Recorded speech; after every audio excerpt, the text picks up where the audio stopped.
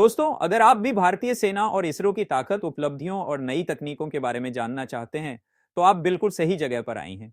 इस वीडियो में हम आपको बताएंगे कुछ ऐसे दिलचस्प और शक्तिशाली अपडेट्स जो आपको हैरान कर देंगे। तो बिना समय गंवाए शुरू करते हैं आज का वीडियो। अगर आपको हमारा कंटेंट पसंद आए तो चैनल को लाइक, शेयर और सब्सक्राइब करना ना भूलें, ताकि आप कभी भी कोई अपडेट मिस ना करें।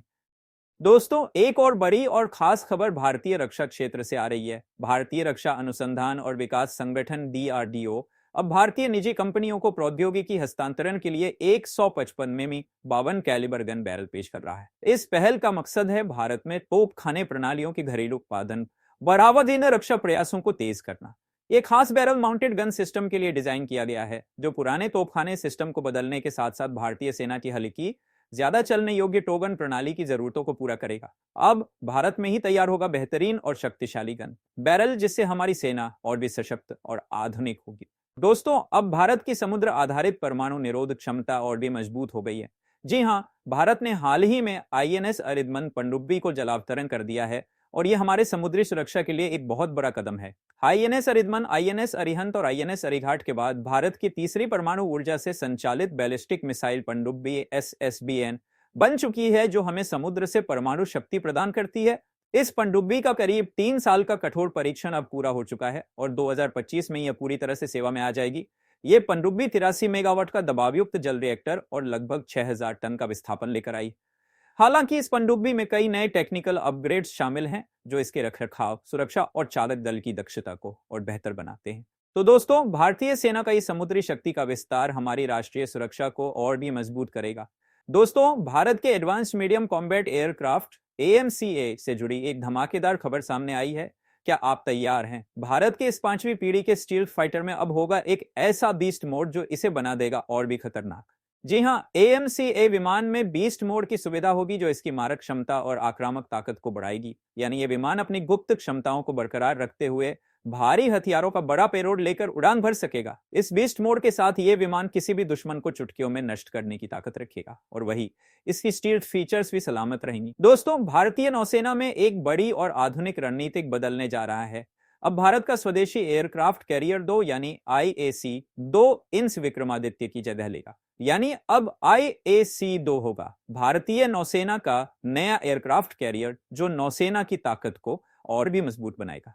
यह फैसला भारत की नौसैनिक रणनीति में एक बड़ा बदलाव है, क्योंकि पहले योजना थी कि भारत के पास 3 एयरक्राफ्ट कैरियर्स होंगे, लेकिन अब यह नया एयरक्राफ्ट कैरियर सिर्फ INS विक्रमादित्य की जगह लेगा। इस बदलाव से भारतीय नौसेना को अब 2 वाहक समानांतर संचालन करने की क्षमता मिलेगी, जबकि एक वाहन रखरखाव पर होगा।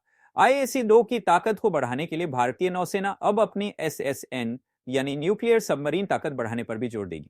तो दोस्तों, भारत का यह नया वॉरशिप अपग्रेड हमारी नौसेना को और भी ताकतवर बना देगा। क्या आप तैयार हैं इस नए समुद्री सामर्थ्य के लिए? दोस्तों, भारतीय सेना ने एक और दमदार और इनोवेटिव कदम उठाया है। जी हां, भारतीय सेना ने IIT गुवाहाटी के साथ एक जबरदस्त साझेदारी की है, ताकि हम हल्के और मजबूती से भरे बंकर बना सकें। और ये बंकर खासकर हमारे उच्च ऊंचाई वाले क्षेत्रों के लिए होंगे। ये नया एपॉक्सी बांस आधारित कंपोजिट तकनीक तैयार करने के लिए है, जो सेना के बंकरों को और भी मजबूत, हल्का और टिकाऊ बनाएगा। इस समझौते के तहत IIT गुवाहाटी के साथ मिलकर भारतीय सेना अब अपनी रक्षा बुनियादी ढांचे को और भी आधुनिक बनाने की दिशा में कदम बढ़ा रही है।